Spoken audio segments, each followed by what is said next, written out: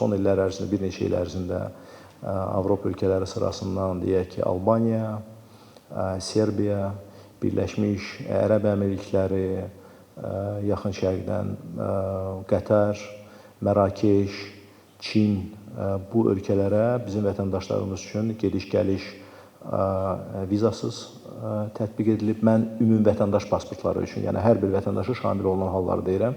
Çünki biz diplomatik və ya xidməti pasportlar barədə danışırıqsa, orada say xeyli daha çoxdur.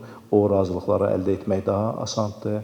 Yalnız 2025-ci ildə biz diplomatik və xidməti pasportlar sahiblərinin vizadan azad olmasına dair 10 saziş imzalamışıq müxtəlif ölkələrlə və belə ölkələrin sayı ümumilikdə 74-dür.